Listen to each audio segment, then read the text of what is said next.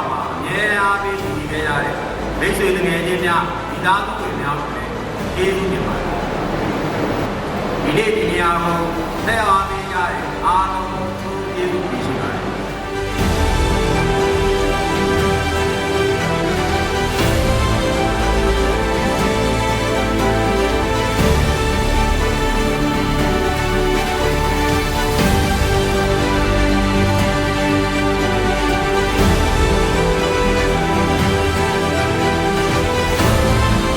9 ယောက်ဟာ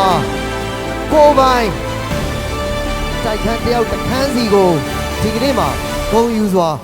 ပိုင်ဆိုင်ကြပါ